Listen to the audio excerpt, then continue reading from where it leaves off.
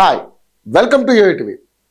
నటుడు దర్శకుడు వైసీపీ హయాంలో ఎఫ్డిసి చైర్మన్గా బాధ్యతలు నిర్వహించిన పోసాని కృష్ణమురళిని ఇటీవల ఏపీ పోలీసులు అరెస్ట్ చేసి రిమాండ్కు పంపిన విషయం తెలిసిందే. రిమాండ్ ఖైదీగా ఉన్న తనకు ఛాతీ నొప్పి వచ్చినట్లుగా పోలీసులకు తెలిపాడు. ఈ క్రమంలో ఆయనకు వైద్య పరీక్షలు చేసిన డాక్టర్లు పోసాని ఆరోగ్య పరిస్థితి బాగానే ఉందని, ఎలాంటి సమస్యలు లేవని డాక్టర్లు నిర్ధారించారు.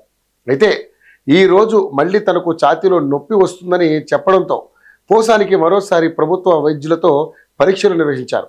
ఇదిలా ఉండగా నటుడు పోసానిపై ఆంధ్రప్రదేశ్ రాష్ట్ర వ్యాప్తంగా నమోదైన కేసులన్నీ ఒక్కొక్కటిగా బయటకు వస్తున్నాయి. ఏపీలోని పలు జిల్లాల్లో పోసానిపై దాదాపు 30 ఫిర్యాదులు అందగా ఇప్పటి వరకు 17 కేసులు నమోదైనట్లుగా సమాచారం.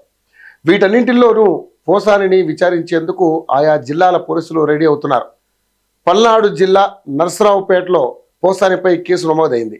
ఈ రోజు రాజంపేట పోలీస్ స్టేషన్కు పీటీ వారెంట్తో నరసరావుపేట 2 టౌన్ పోలీసులు చేరుకున్నారు. పోసాని మీద BNS 152A 504 67 ఐటీ యాక్టుల కింద కేసులు నమోదు చేశారు. ఇదిలా ఉండగా పోసానికి బెయిల్ దక్కే అవకాశం ఉండడంతో కక్ష సాధింపు చర్యల్లో భాగంగా మరికొన్ని కేసుల్లో పోసానిని ఇరికిస్తున్నారని వైసీపీ నాయకులు మండిపడుతున్నారు.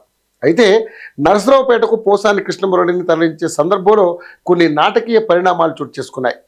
ఒకేసారి 3 పీటీ వారెంట్లు రావడంతో పోసానిని ముందుగా ఎవరికి అప్పగించాలనే విషయంపై జైలు అధికారులు ఉన్నతాధికారులతో సంప్రదింపులు జరిపారు. పోసానిని తరలించేందుకు అవసరమైన వాహనాలను కూడా సిద్ధం చేశారు. సంబంధిత నిబంధనలు పరిశీలించిన అనంతరం ఉన్నతాధికారుల ఆదేశాలతో పోసానిని పల్నాడు జిల్లా నరసరావుపేట పోలీసులకు అప్పగించారు. ఈ నేపథ్యంలో ఇక పోసానికి హైకోర్టు మాత్రమే దిక్కని అంటున్నారు. వైసీపీ లీగల్ సెల్ బలహీనంగా ఉందని ఆరోపణలు వినబడుతున్నాయి.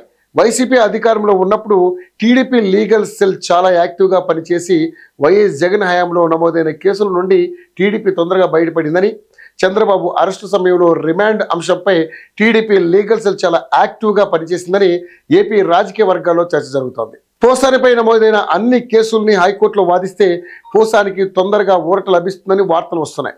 పోసాని కృష్ణమురళి రిమాండ్ విషయంలో వైసీపీ లీగల్ టీం సమర్థవంతంగా పనిచేయలేదని పొలిటికల్ సర్కిల్స్లో వినిపిస్తున్న మాట.